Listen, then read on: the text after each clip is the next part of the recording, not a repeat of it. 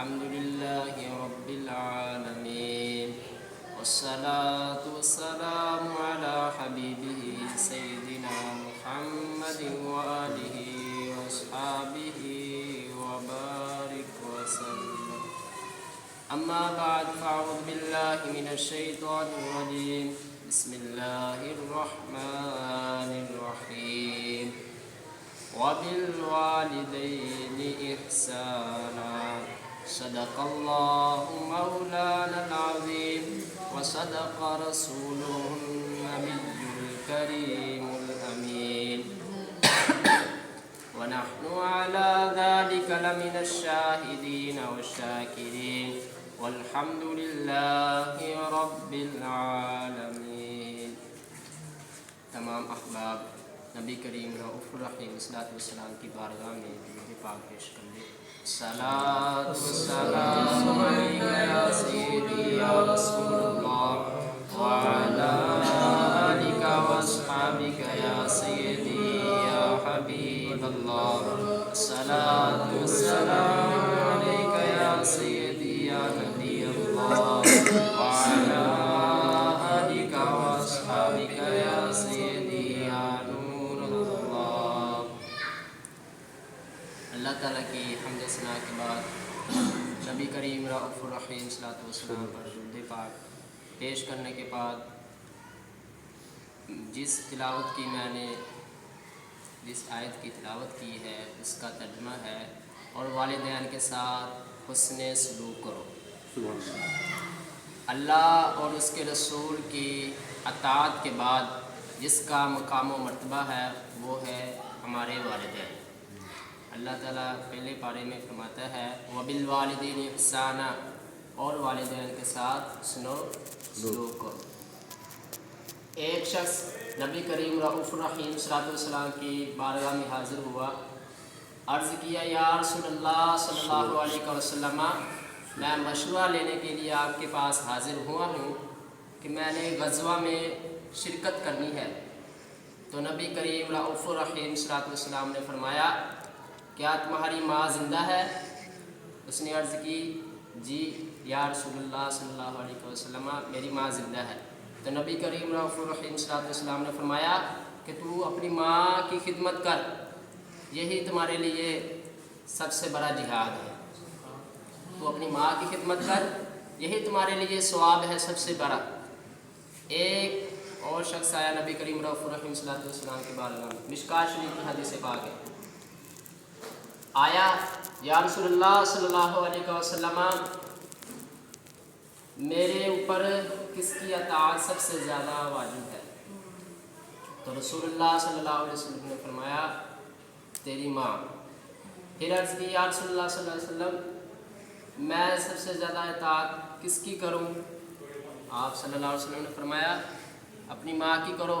پھر یہی عرض کیا 3 مرتبہ رسول اللہ صلی اللہ علیہ وسلم نے فرمایا اپنی ماں کی خدمت کرو. چوتھی مرتبہ پھر پوچھا یا رسول اللہ صلی اللہ علیہ وسلم میرے حسن و سلوک کا سب سے زیادہ حقدار کون ہے؟ رسول اللہ صلی اللہ علیہ وسلم نے فرمایا تمہارا باپ. تو اس سے ماں باپ کی جو ہے فضیلت ظاہر ہوتی ہے، ان کا مقام و مرتبہ ظاہر ہوتا ہے کہ والدین کا مقام و مرتبہ کتنا زیادہ ہے. تو حضرت حلیمہ سعدیہ رضی اللہ تعالی عنہا آپ کی خدمت میں حاضر ہوئی، حضور صلی اللہ علیہ وسلم کی خدمت میں حاضر ہوئی. آپ نے اپنی چادر جو ہے اتار کر آپ کے نیچے بچھا دی، اپنی چادر بچھا دی، ان کو بٹھایا، ان کے ساتھ طویل گفتگو کی، بہت زیادہ گفتگو کی، بہت دیر گفتگو کرتے رہے. اور حضرت حلیمہ سعدیہ نے اپنی آنے کی وجہ بیان کی کہ ہمارے علاقے میں جو ہے قحط سالی ہے. تو رسول اللہ صلی اللہ علیہ وسلم نے جب وہ واپس جانے لگی ان کو 40 بکریاں دی اور 1 اونٹ ساز و سامان کے ساتھ ان کو روانہ کیا اور دور تک چھوڑنے گئے. تو حضرت عمر فاروق رضی اللہ تعالیٰ عنہ نے پوچھا یہ کون مائی تھی جن کی آپ نے اتنی زیادہ خدمت کی ہے؟ تو رسول اللہ صلی اللہ علیہ وسلم نے فرمایا یہ میری رضائی ماں ہے، جس نے مجھ کو دودھ پلایا ہے، یہ وہ میری ماں ہے. تو حضور صلی اللہ علیہ وسلم نے اپنی رضائی ماں کی اتنی خدمت کی ہے، تو وہ جو اصلی ماں ہوتی، جو حضرت آمینہ رضی اللہ تعالیٰ عنہ، جو 6 سال کی عمر میں، جب آپ کی 6 سال عمر تھی، وہ ہوتی تو ان کی کتنی خدمت کرتے۔ تو ہمیں چاہیے کہ ہم اپنے والدین کی خدمت کریں۔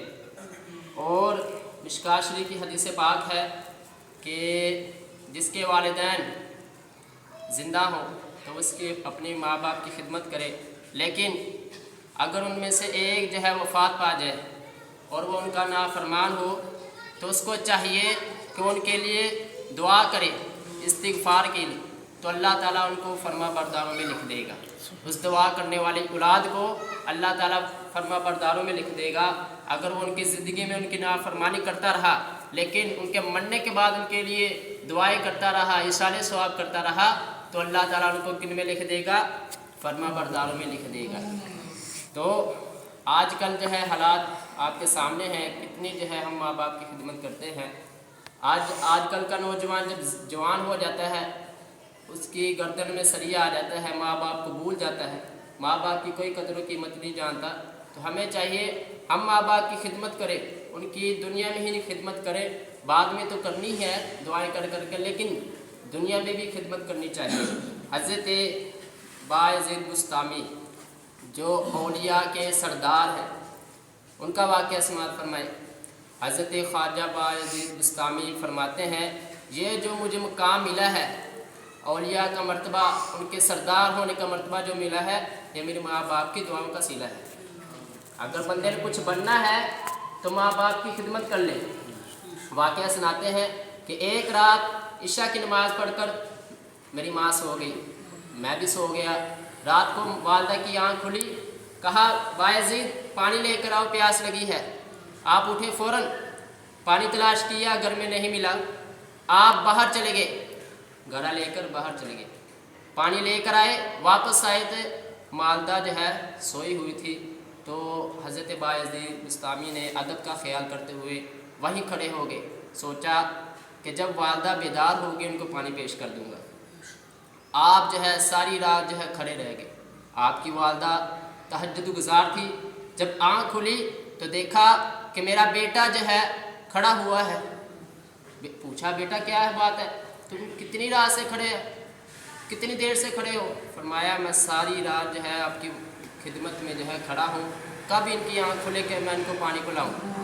تو حضرت بایزید بسطامی کی والدہ نے کہا کہ اب میں اس پانی سے پیاس نہیں بجھاؤں گی، اس سے تہجد کا وضو کریں گی۔ تو انہوں نے تہجد کا وضو کیا، نماز پڑھی اور دعا کی، یا اللہ جس طرح تو نے میرے بیٹے کو میرا فرمان بردار بنایا ہے، اس کو اپنا فرمان بردار بنا لی۔ اور ان کو یہ مقام ملا کہ وہ اولیاء کے سردار بنے۔ یہ کس طرح مقام ملا ان کو؟ ماں باپ کی خدمت کر کر۔ تو ہمیں بھی چاہیے ہم ماں باپ کی خدمت کریں، ان سے دعائیں لیں۔ اسی طرح حضرت خواجہ جنید بغدادی رحمۃ اللہ علیہ کا مرید، ان کو کشف کا جو ہے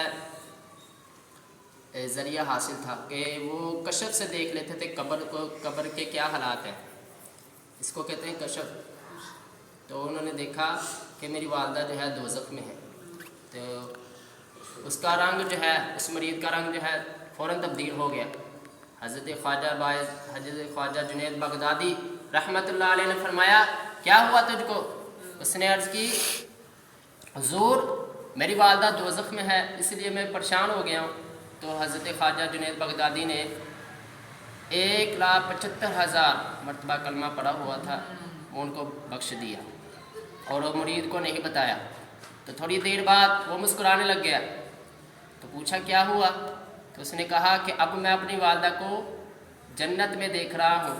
تو حضرت خواجہ بایزید بسطامی نے ان کا کشف بھی دیکھ لیا کہ یہ صحیح بات کر رہا ہے، اور حدیث جو آپ نے سنی تھی، جو بندہ 1,75,000 مرتبہ کلمہ شریف پڑھتا ہے اور جس کو بھی ایصال ثواب کرتا ہے اس کی بخشش ہو جاتی ہے، یہ حدیث تھی۔ بعض لوگ کہتے تھے یہ حدیث جو ہے کمزور ہے، لیکن یہ حدیث کی صحت بھی ہو گئی کہ یہ حدیث پکی ہے۔ جو 1,75,000 مرتبہ کلمہ پڑھ کر جس کو بھی بخشے گا، اللہ تعالیٰ اس کی بخشش فرما دے گا۔